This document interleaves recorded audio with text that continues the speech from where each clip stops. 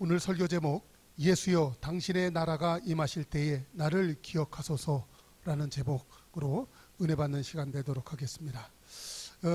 오늘 그 예수님께서 그 십자가에 달려 죽으실 때 바로 운명 직전에 한 사람이 그 구원받는 그 사건에 관한 이야기인데, 보통 이 이야기를 설교할 때 이 우편에 있었던 이 강도가 하나님의 그 전격적인 은혜로 부끄러운 구원을 받았다, 보통 그렇게 설교하는 부분이 많은데, 제가 설교하면서 준비하다 보니까 이것은 그 부끄러운 구원이 아니고, 어떻게 보면 그 마태복음 16장에 보면 베드로가 주는 그리스도시요 살아계신 하나님의 아들입니다라고 하는 고백에 버금가는 이 땅의 신자들이 반드시 하나님 앞에서 고백해야 될 귀한 그 신앙의 고백인 것으로 깨달아지더라고요.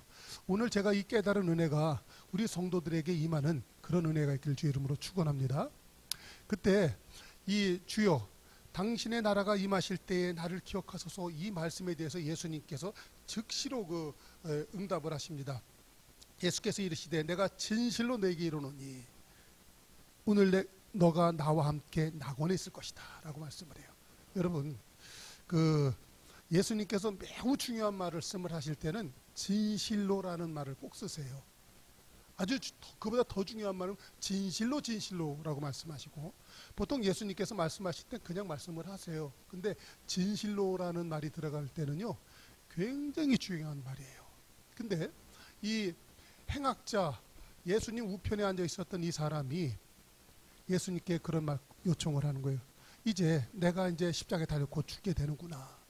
내 험한 인생 내가 나름대로 열심히 살아보려고, 특별히 이 성경에 나타나 있던 이 사람은 그 역사학자들의 그 고증에 의하면 이 사람은 그 이스라엘 나라의 그 독립을 위해서 열렬투쟁하던 독립투사에 있었어요. 그때의 이 사람을 갖다 소속으로 살펴보면 열심당이라고 해서 그 로마 제국 압제에 대항하여서 하나님의 말씀을 기초로 하여서 이 나라의 회복, 독립운동을 위해서 아주 하던 사람이에요. 그러니까는 옛날에 이 무장강도들이 일어나서 그 부패한 그 나라의 곳간을 털고, 그리고 그 나라의 잘못된 위정자들을 숙청하고 그런 일들을 하던 그 투쟁자들 있잖아요. 그게 바로 이 우편에 있었던 강도, 좌편에 있었던 강도, 이 사람들이에요. 이 십자가의 처형이라는 것은 아무나 그렇게 죽이지 않습니다. 일반 사람들 같은 경우에 그냥 감옥에 가둬놓거나 교수형 정도는 할 수 있겠죠. 그렇지만 십자가의 처형은 어떤 사람하고 하냐면 그 나라 체제를 갖다 전복을 시키거나, 그리고 그 다른 왕을 섬기겠다고 배반하는 사람을 갖다가 십자가에 처형하는 거거든요. 근데 오늘 이 우편의 강도가 그런 처형을 당한다는 것은 이가 열심당으로서 이 체제의 전복을 꿈꾸던 그런 쿠데타의 일원이고, 그리고 그 독립투사였기 때문에 로마 정부로부터 그러한 심각한 그런 처형을 받게 된 것이에요. 근데 한편으로 보면 이 사람은 이런 것이죠. 사람들이 이 땅에서 살 때에 나름대로 파라다이스 낙원을 꿈꾸고 살아갑니다. 자기의 인생이 그 파라다이스 낙원이 되기를 소원하면서 그걸 위해서 누구나 다 열심히 살아가는 거예요. 어떤 사람은 하다가 안 되면 남의 것을 빼앗기라도 하고요. 어떤 사람은 그거 잘 안 되면 살짝 속이기도 하고요. 어떤 힘이 센 사람은 전쟁을 일으켜서라도 그런 일을 이루려고 하는 것입니다. 왜냐하면 모든 인류에게는 이 빼앗긴 낙원에 대한 파라다이스, 그 성경에서는 에덴 동산으로 표현되어 있는데 그거에 대한 영적 본능이 있기 때문에 사람들은 항상 잃어버린 그 낙원을 되찾으려고 하는 그러한 그 본능이 잠재되어 있는 거예요. 그래서 그것이 안 될 때는 이와 같이 투쟁하고 싸우고 죽이고 하는 그런 거예요. 우리가 그 말씀 저녁마다 읽을 때 이사야 2장에도 보면은 그때는 주님이 여호와의 날이 이르면 사람들이 그 칼과 그 창을 갖다가 쟁기를 만들고 낫을 갖다가 창을 갖다가 칼을 만드는, 칼이 아니라 다시 낫과 쟁기로 만드는 그런 시대가 되지 않겠냐. 다시는 전쟁을 연습하는, 군사훈련하는 그런 일들이 없어지게 된다라고 얘기하죠. 여러분, 왜 주님 여호와의 날이 임하면 그렇게 되냐면 이 땅에 있는 동안은 사람들이 전쟁과 싸움과 다툼과 분쟁이 끊임이 없는 거예요. 근데 오늘 여기에 있는 사람이 십자가 우편에 있었던 강도가 그런 인생을 살았던 것처럼 사실은 믿는다고 하는 우리 인생들도 많은 경우에 그렇습니다. 우리가 지난주에도 살펴봤던 사울에서 바울 되기의 주인공이었던 사도 바울도 그가 하나님의 율법의 말씀을 가지고 하나님을 똑바로 섬긴다고 자신은 했지만 그의 인생은 다소의 삶으로서 인간적 교만과 자기 자랑과 자기의 영역을 넓히기 위해 혈안이 되어서 다른 사람의 영역까지도 침투해서 그 사람들을 갖다가 빼앗고 안 되면 죽이려고 하는 그런 모습으로 나타나지 않습니까? 진정 거듭나지 못하고 하나님의 참 은혜를 맛보지 못한 자의 삶이에요. 그런데 오늘날 우리가 교회를 다니고 예수님을 믿는다라고 하면서 여전히 우리에게는 누구의 모습? 사도 바울의 옛 모습이 우리에게 있고 어떻게 보면 오늘 십자가 우편에 달려 죽을 수밖에 없었던 이 강도와 같은 삶이 우리에게도 있다는 거예요. 그런데 세상의 이 종교적인 면에서도 보면 이렇게 얘기하고 있어요. 우리의 신앙을 세상 종교학적으로 보면 이렇게 얘기합니다. 우리 신앙을 갖다가 우리는 타력구원이라고 그래요. 타력구원. 나의 힘으로 나의 인생을 개선시킬 수 없다라는 거예요. 칼과 창이 내돌리는 그 전쟁 같은 인생의 판을 내로부터 나의 인생을 갖다가 낙원으로 인도할 수 없다라는 거. 그게 타력구원이에요. 그런데 세상은 어떻게 되냐면요. 자력구원을 얘기합니다. 나의 노력과 애씀을 통하여서 그런 세계를 만들 수가 있다. 심지어는 인생의 그 구원, 인생의 최종의 목적, 모든 세상 자연과학이나 인문과학이나 심지어는 어떠한 철학사상 그리고 그걸로도 해결이 안 돼서 종교까지 탄생이 되었는데 종교의 세계를 통해서 인생의 구원을 이야기하는데 모든 이 종교는 자력구원이에요. 자기가 열심히 기도하고 자기가 수행을 하고 도를 닦으면 도에 이르를 수 있다. 그게 불교예요. 그래가지고 그 도에 이를 수 있다. 그랬고 인생의 생로병사를 갖다 끊고 그리고 해탈의 경지에 이를 수 있다. 그것이 바로 부처다 하는 그게 불교잖아요. 그래서 세상은 이 모든 기독교를 제외한 모든 종교는 자력구원을 이야기하고 있습니다. 그런데 심지어는 우리 성도들 가운데도 내가 하나님 앞에서 이것을 해야 되고 저것을 하고 이렇게 행하고 저렇게 행해야만이 구원을 받는 것이 아닌가. 여러분, 그것은 구원받고 난 다음의 삶이에요. 구원에 이르기까지는 철저히 예수 그리스도의 은혜를 통하여서 우리가 하나님 나라에 입성하게 되는 줄로 믿습니다. 아멘. 그런데 오늘 그 이야기를 하는 것이 바로 오늘 본문의 이야기예요. 근데 여기에서 한 가지 우리가 잘 구분해야 될 것이 여기 보면 예수님께서 너가 오늘날 나와 함께 어디에 간다 그랬어요? 어디에 간다 그랬어요? 낙원에 간다 그랬어요. 근데 예수님이 부활하실 때 딱 부활하셔서 첫날 마리아가 예수님께로 빈 무덤에 가잖아요. 그래서 예수님을 만났을 때 마리아가 라보니요 주님이십니까? 할 때 그리고 막 껴안으려고 그랬어요. 이 마리아가. 그럴 때 예수님이 뭐라고요? 나를 만지지 마라. 내가 아직 아버지께 갔다 오지를 않았다. 그것은 뭐냐면 어떤 하나님의 나라, Kingdom of God, 그랬고 하나님의 궁정이에요. 그것을 갖다가 우리나라 말로다가는 뭐라고 하냐면 천국이라고 하는 거예요. 그러니까는 오늘 본문에서만 했던 이 낙원과 이 천국은 좀 많은 차이가 있어요. 그런데 성도들이 느낄 때는 거의 같은 개념이에요. 거의 같은 개념인데 성경적으로 보면 약간 다른 부분이 있어요. 여러분, 그것이 어떤 거냐면 이런 거죠. 달란트의 비유에 보면 5달란트, 2달란트 받은 사람이 있고 1달란트 받은 사람이 있었어요. 근데 1달란트 받은 사람에게는 예수님이 뭐라고 하냐면 이 사람 이게 참 이거 나쁘다. 있는 것까지도 다 빼앗아 가지고 먼저 더 남긴 사람한테 다 옮겨줘라. 그리고 이 사람은 혼내 가지고 바깥에 내쫓아 버려라. 바깥에 내쫓아버려. 그러면 네가 어두운 곳에서 이를 가며 슬피 울게 될 것이다. 그리고 야단을 져서 쫓아버리는 그런 대목이 있습니다. 여러분, 쫓아버린다는 것은 뭐냐면 바로 그 사람이 처음에는 이 낙원에 당도했던 거예요. 그런데 쫙 행위적으로 여러 가지를 이렇게 살펴보니까 이 사람이 저기 달란트 남긴 게 없네. 그러니까 넌 안 되겠어. 도로 바깥으로 쫓겨버려. 바깥 어두운 곳. 이거 바깥 어두운 곳에 대해서는 다음에 한번 또 설교할 기회가 있으면 하겠습니다. 근데 일전에 잠깐 했던 적이 있어요. 그 바깥 어두운 곳은 연단의 때를 상징합니다. 광야의 인생을 상징합니다. 자, 그런데 또 이런 것 있죠. 이 낙원이라는 것은 어떤 거냐면 천국부터 얘기하면 이런 거예요. 천국은 뭐냐면 그 마태복음 7장에 보면 그래요.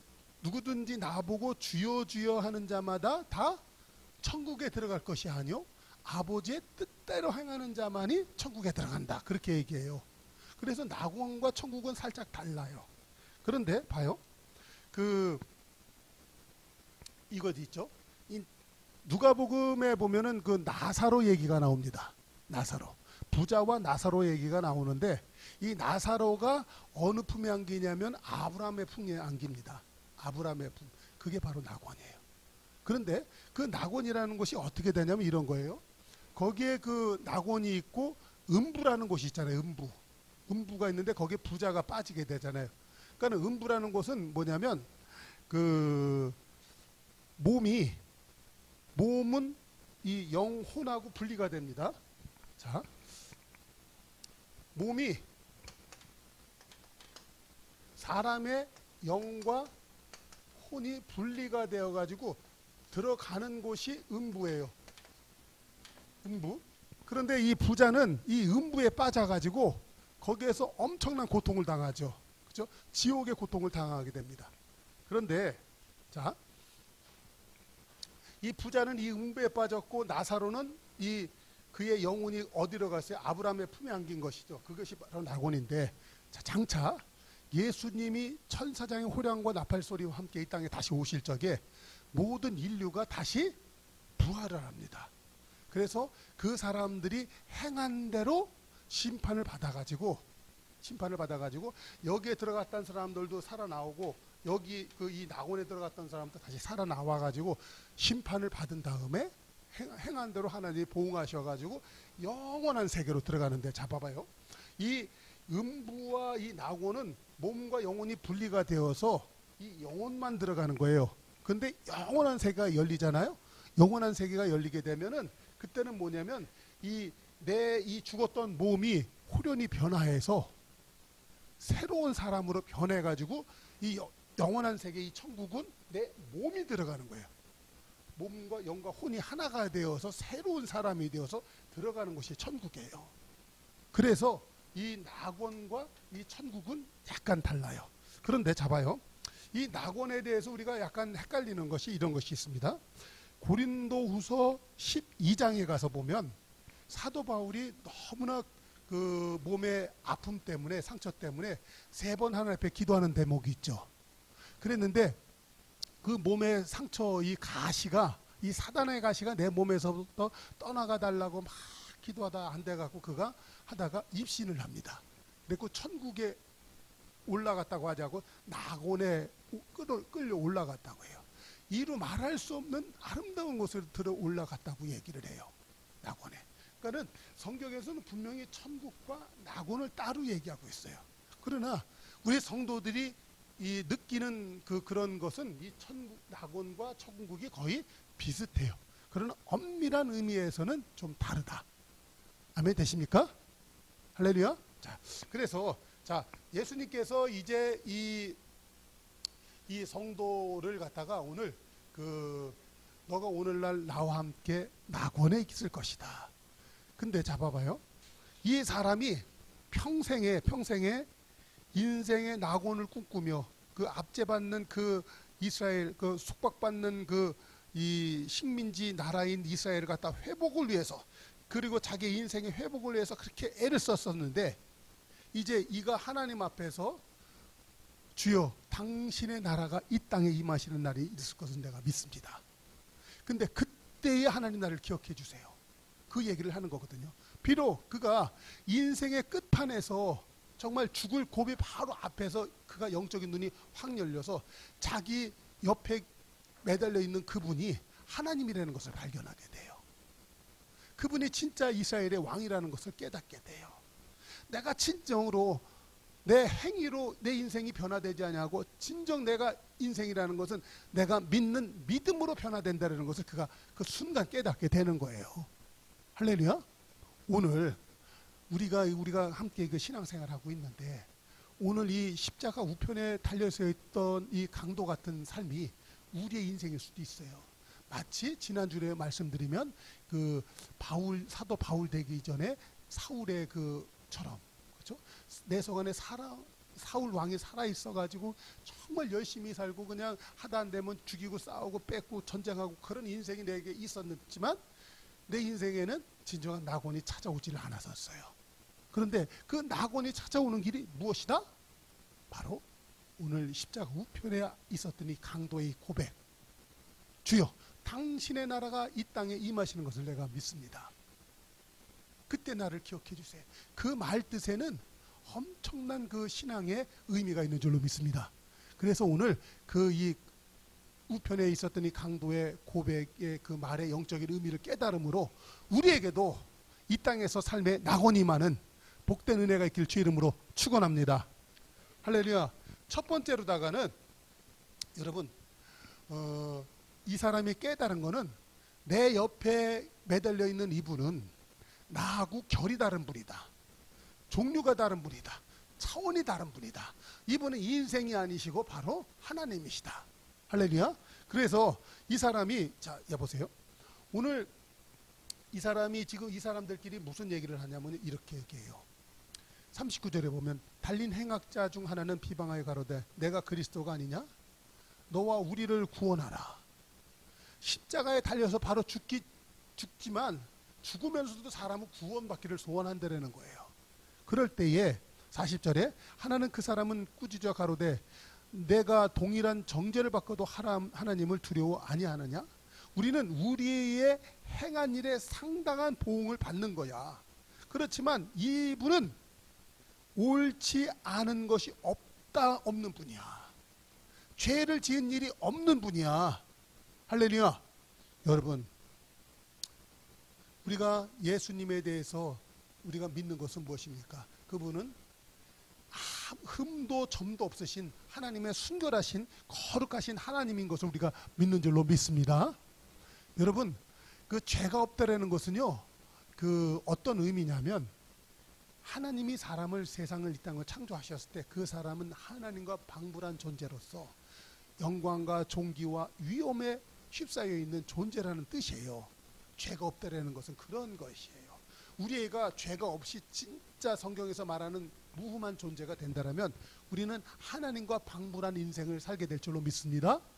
그런데 이 십자가 우편에 달려 있었던 이 강도가 예수님을 그런 분으로 봤다라는 거예요.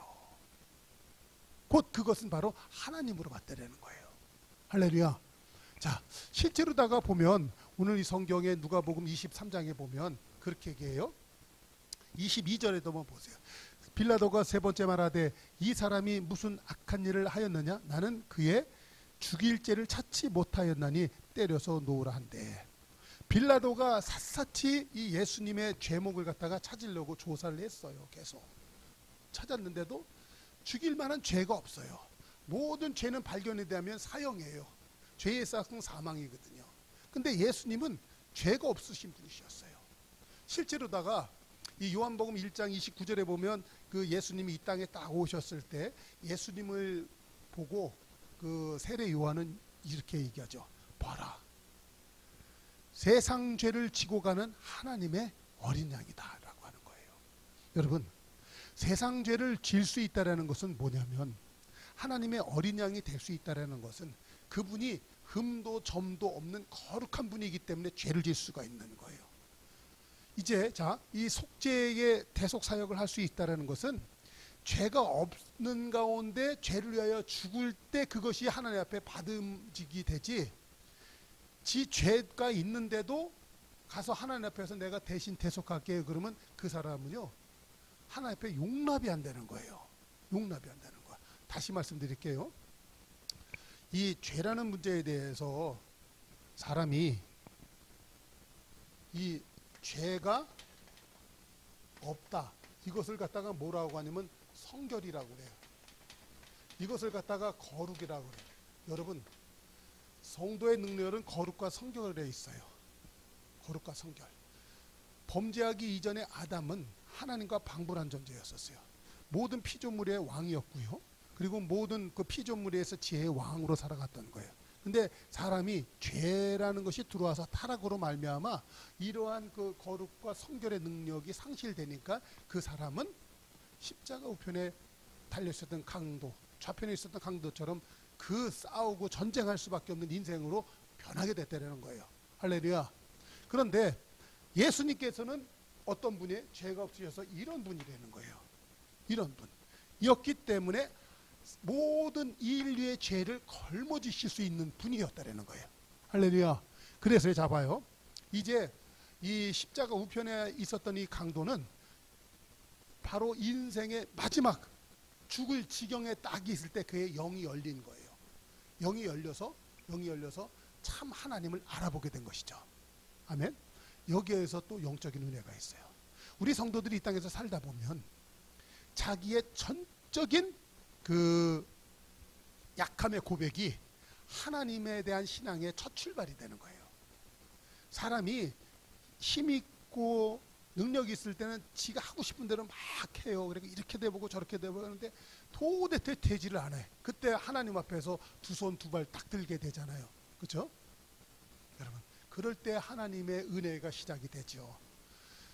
그러니까 전적인 자기의 약함의 고백, 그 고린도후서 12장에서 보면 내가 곧 약할 때 능함이라고 고백했던 그 사도 바울의 고백이 그래서 시작이 되는 거거든요. 여러분, 우리가 신앙생활할 때 빨리 나는 하나님 앞에서 전적으로 무익한 존재일 수밖에 없다라는 것이 빨리 고백되는 은혜가 있기를 바랍니다. 할렐루야. 그래서 나는 그 하나님의 전적인 은혜가 필요합니다. 전적인 은혜가 필요합니다. 사도 바울이 왜 사울에서 바울이 될 수 있었습니까? 그가 그냥 강력한 빛을 쏘이고선 그냥 눈도 보이지 않고 사흘을 갖다가 먹지도 못하고 자지도 못하고 마시지도 못하는 그러한 죽음의 지경에 딱 빠지니까 그때서야 하나님 앞에 두 손 두 발 딱 드는 거 아니에요. 여러분, 하나님께서는요, 내 생명보다도 내가 하나님을 전적으로 알기를 원하시는 줄로 믿습니다. 그 사람이 천하를 다 얻는다 할지라도 하나님 앞에서 진정한 참 생명을 얻지 못한다면 그 생명은 헛되다라는 것이에요. 오늘 다시 한번 이 십자가 우편에 있었던 이 강도와 같이 진짜 예수님은 하나님의 무함한 어린 양이 되셔서 온 인류의 죄를 위하여 대속의 죽음을 죽으신 분이구나. 그것을 깨닫는 은혜가 있기를 주의 이름으로 축원합니다. 그럴 때 예수님이 너무나 기쁘셔서 너가 오늘날 나와 함께 어디 간다? 낙원 가자. 그 말씀이 있으셨던 거예요. 두 번째로다가는요, 이 사람이 주여 당신의 나라가 임할 때 나를 기억하소서 했던 그 말은 어떤 의미가 있냐면 당신이야말로 진정한 유대인의 왕이라는 것을 갖다 고백하는 거예요. 그러니까 잡아요. 이 우편에 달려 있었던 강도는요, 이제 예수님이 진정 이 나라의 왕이라는 것을 알아요.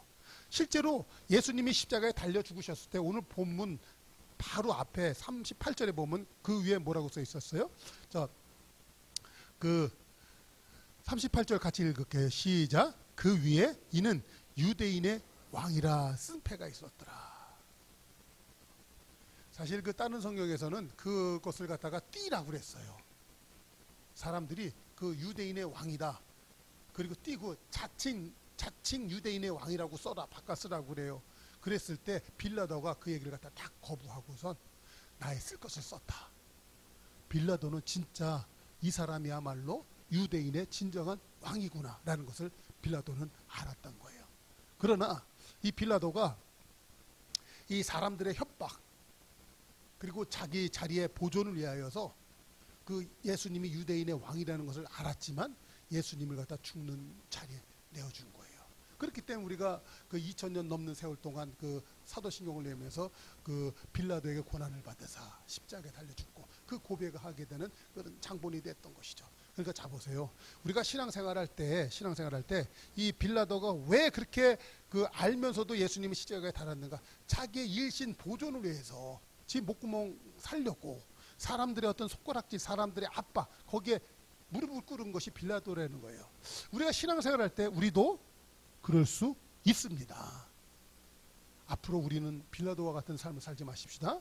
예수님이 진짜 왕이라고 할 것 같으면 비록 우편에 있었던 강도가 이 죽음의 막바지에서 영적인 눈이 열려서 예수가 진짜 유대인의 참 왕이라는 것을 깨달아서 예수님을 갖다 당신은 진짜 왕이십니다. 그렇기 때문에 당신의 나라가 있다 라는 것을 고백했던 것처럼 여러분 우리가 분명히 예수님의 나라가 있는 것을 고백하는 은혜가 있기를 바랍니다. 실제로 예수님은 이 땅에 계실 때도 그런 말씀을 하셨어요. 이 빌라도한테 지금 막 이 고난을 받으면서 여러분 33절 18장 33절서부터 한번 보세요. 뭐라고 해요? 아니 요한복음 18장이네요. 요한복음 18장 33절 자, 같이 있습니다. 시작. 이에 빌라도가 다시 관정에 들어가 예수를 불러 이르되 내가 유대인의 왕이냐? 예수께서 대답하시되 이는 내가 스스로 하는 말이냐? 다른 사람들이 나에게 대하여 너에게 한 말이냐? 빌라도가 대답하되 내가 유대인이냐?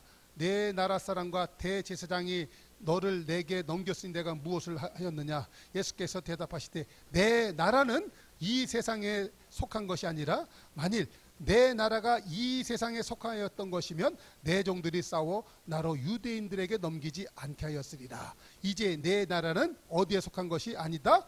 여기에 속한 것이 아니다. 그때 빌라도가 37절에서 마지막으로 확실하게 다시 한번 물어보잖아요. 그렇죠? 자, 같이 읽습니다. 시작. 빌라도가 이르되 그러면 내가 왕이냐?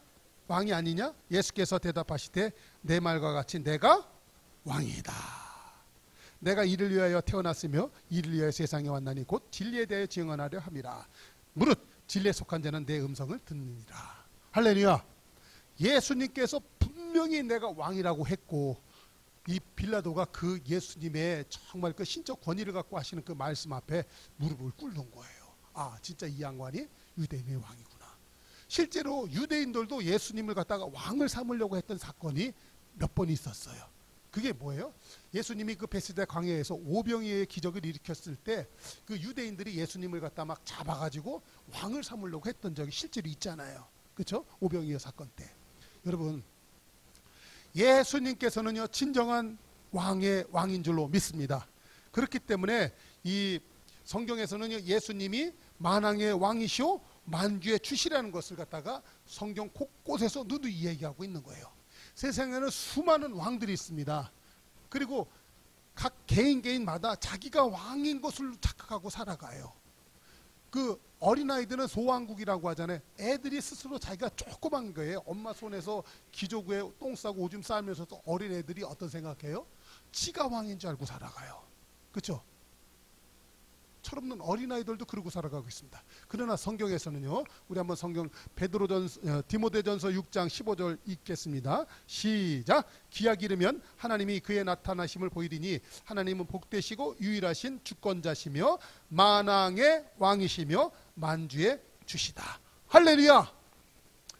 예수님은 만왕의 왕이십니다. 만주의 주 되신 줄로 믿습니다.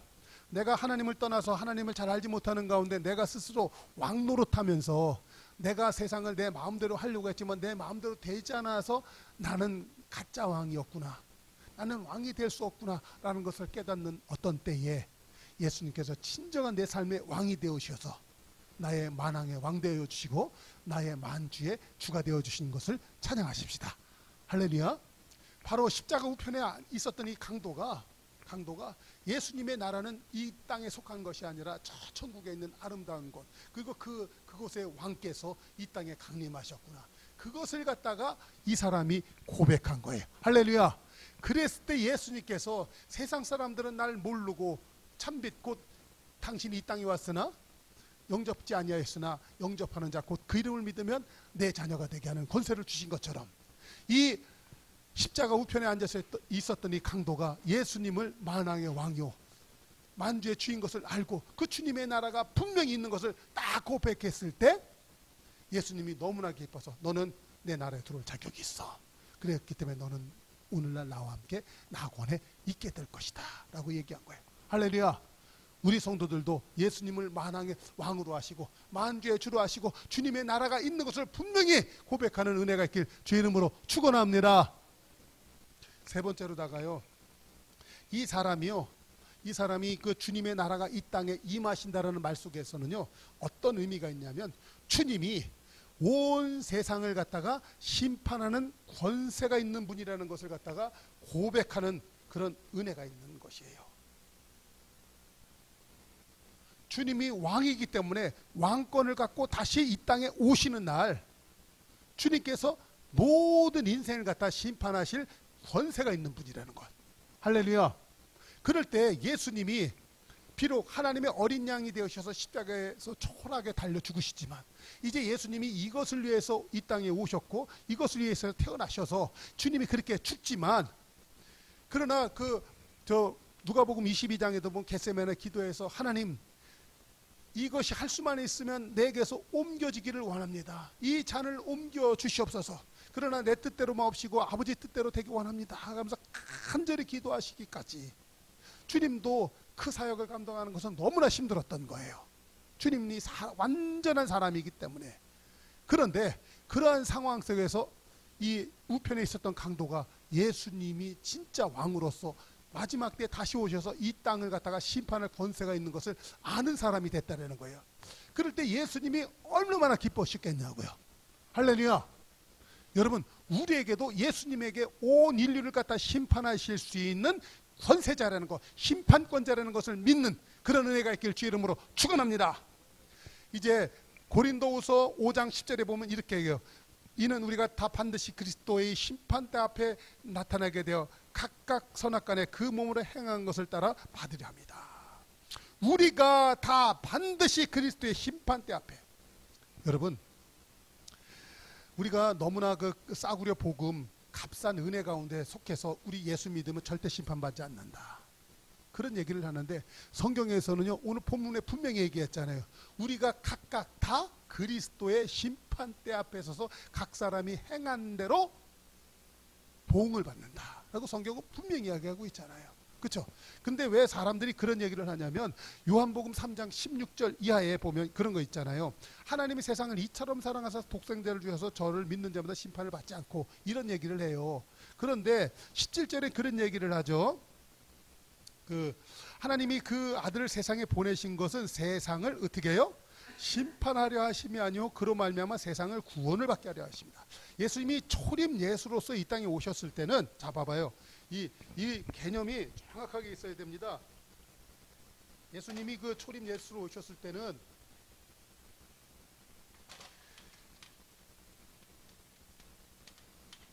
초림 예수 그리스도로 오셨을 때 예수님은 무슨 적이요? 구원의 주로 오신 것입니다. 그러나 그 예수님이 이 땅에 다시 재림하실 때는, 재림하실 때 그 예수님이 어떤 거예요?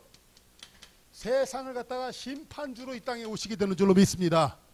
그러니까는 자, 지금 예수님이 이 땅에 초림 예수로 오셔서 복음의 때로 지금 있을 적에 우리가 빨리 예수님을 만왕의 왕으로 하시고 세상에 그 흠없는 하나님의 어린 양인 것을 고백하고, 할렐루야, 그분이 나를 갖다 그 아름다운 천국으로 인도하실 수 있는 심판권자라는 것을 믿고 고백할 때, 할렐루야, 우리도 이 우편 강도처럼 하나님의 낙원에 들어가게 될 줄로 믿습니다.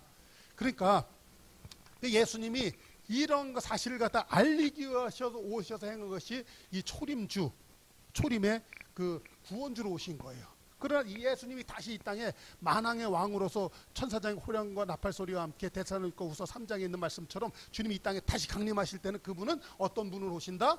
심판의 주로 온다라는 거예요. 심판의 주로 온다는 거. 자, 로마서 14장 10절에도 한번 읽겠습니다. 시작. 내가 어찌하여 내 형제를 비판하느냐?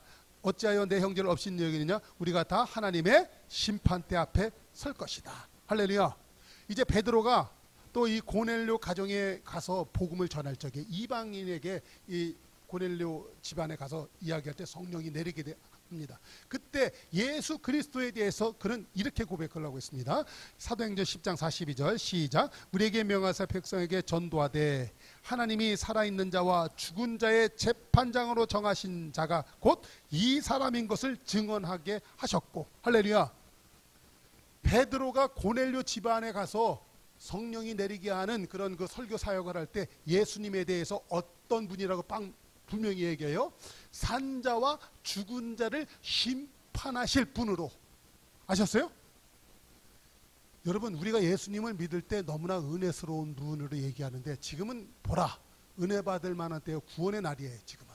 그러나 예수님이 다시 이 땅에 오시는 날에는 그분은 어떤 분이라고요? 모든 산자를 갖다가 심판하실, 죽은 자와 산자를 갖다 심판하실 분으로 성경은 이야기하고 있는 것입니다. 그러므로 여러분, 우리가 이 땅에서 있을 때에 우리가 어떻게 신앙생활을 해야 될 것인가, 그것이 중요한 것입니다. 우리가 그 많은 경우에 오늘 그 이 십자가 우편에 있었던 이 강도가 어떻게 보면 자기의 혈기로 어떻게 한번 인생을 한번 바꿔볼까, 세상을 한번 바꿔볼까, 정말 열심히 산 사람이에요. 그러나 그 사람이 그런 인생을 살기 위해서 한 나라와 대적하고 한 나라와 투쟁을 하는 그런 열혈, 그런 열심 당원이 됐던 거예요. 우리가 어떻게 보면 우리는 이 사람처럼만도 못 살았어요. 자기가 십자가에 달려 죽을 만큼, 한 나라의 제재를 받아서 죽을 만큼 그렇게 열심히 살아본 적이 있나요? 그런데 십자가 우편의 강도는 그렇게 열심히 살았던 사람이에요. 그런데 그 사람이 그렇게 열심히 살아보고 결론적으로 지가 십자가에 달릴 그런 상황이 됐을 때 영적인 눈이 쫙 열리는 거예요. 쫙 열려서, 아하, 인생은 나의 힘과 의지로 되지 않는구나. 하나님을 의지하고 예수 그리스도가 이 심판주라는 것, 나의 왕이라는 것을 깨달을 때 내 인생이 변하는구나. 그것을 알게 됐던 것이죠. 할렐루야. 우리 성도들에게 이 은혜가 있기를 주 이름으로 축원합니다. 그랬을 때 예수님께서 이런 말씀을 하시는 거예요. 마태복음 16장 24절 한번 읽습니다. 시작. 이에 예수께서 제자들에게 이르시되 누구든지 나를 따라오려거든 뭐를 부인하고? 자기를 부인하고.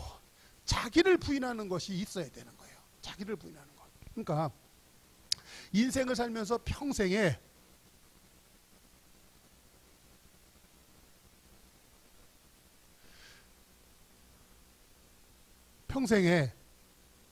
내가 인생을 살면서 경험하는 것이 자기를 부인할 줄 아는 거.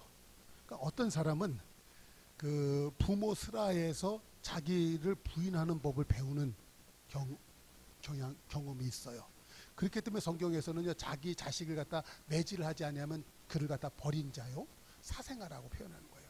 사실 사람 속에는 어리석음이 가득 있어가지고 이 절구통에 공의로 놓고 그 어리석음과 같이 깬다 할지라도 그게 안 부시진다고 표현할 정도로 사람에게는 자기 주장이 강합니다. 그것이 깨져야 돼요. 그것이 안 깨지면 사람은 온전히 하나님 앞에 설 수가 없어요. 왜냐하면 하나님이 사람을 만드실 때 그렇게 완벽하게 만들었기 때문에 그래요. 하나님과 방불한 자로 만들었기 때문에 자기의 자기 고집이 그렇게 센 것이 사람이라는 거예요. 그것이 깨져야 돼요. 할렐루야. 어떤 사람은 그것을 온유와 겸손으로 포장을 하고 있습니다. 그러나 그 속에는 엄청난 고집이 있는 사람들이 있어요. 저 같은 경우에 이렇게 말을 하고 나는 아는 것 같은데 나도 알고 보니까 내가 엄청나게 고집이 있어요. 제가 내 의의가 있고요. 누가 그걸 타고 들어오면 내가 견디지 못하고 막 화를 내는 것이 제 모습이더라고요. 비록 제가 설교를 하고 있지만. 그래서 자 보세요. 자기를 부인한다는 것이 굉장히 큰 일이에요. 그래서 사람들이요, 많은 경우에 그 인생의 많은 경험, 인생의 많은 그 연단과 고난의 시절을 겪으면서 사람이 성숙되는 거예요.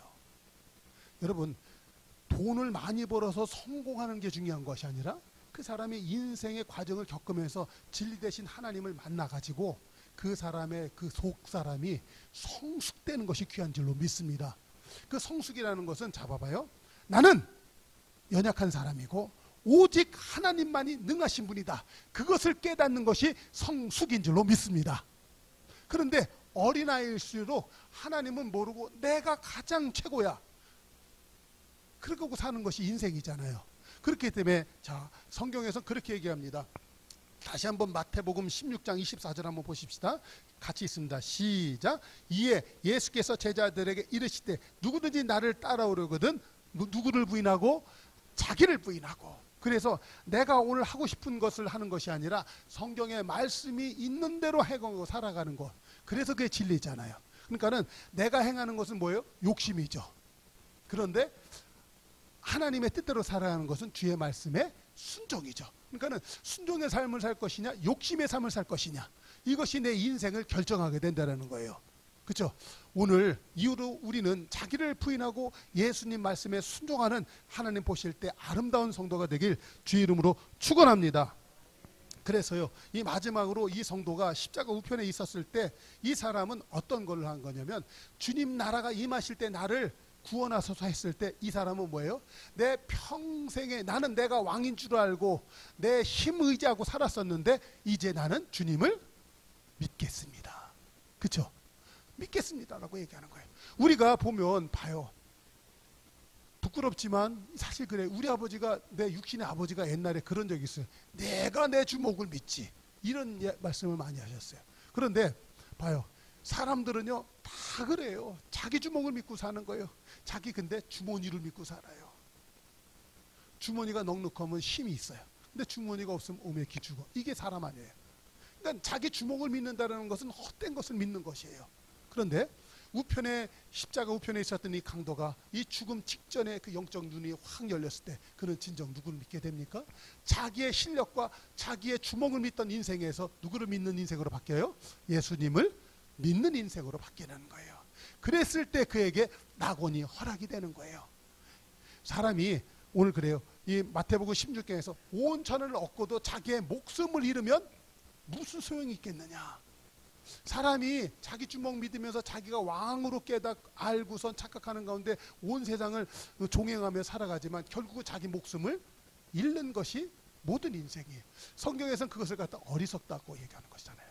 그런데 오늘 이 우편에 있었던 이 강도는 정말 복받은 것은 예수님과 함께 십자가에 달리면서 그의 영적인 눈이 확 열려서, 아, 예수님이야말로 진짜 거룩하신 분이구나.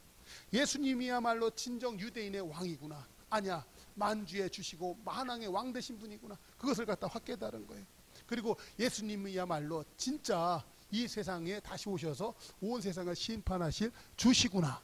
그것을 갖다가 깨달은 사람이 우편에 있었던 강도예요. 할렐루야.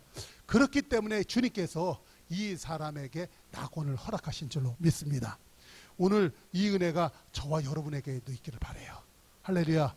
오늘 다시 한번 그런 의미에서 오늘 이 누가복음 23장 39절에서 40절 말씀을 읽으면 아마 이 사람의 고백이 색다르게 보일 거예요. 그렇죠? 그런 의미에서 한번 39절부터 43절까지 한번 읽도록 하겠습니다. 같이 한번 읽어볼까요? 시작.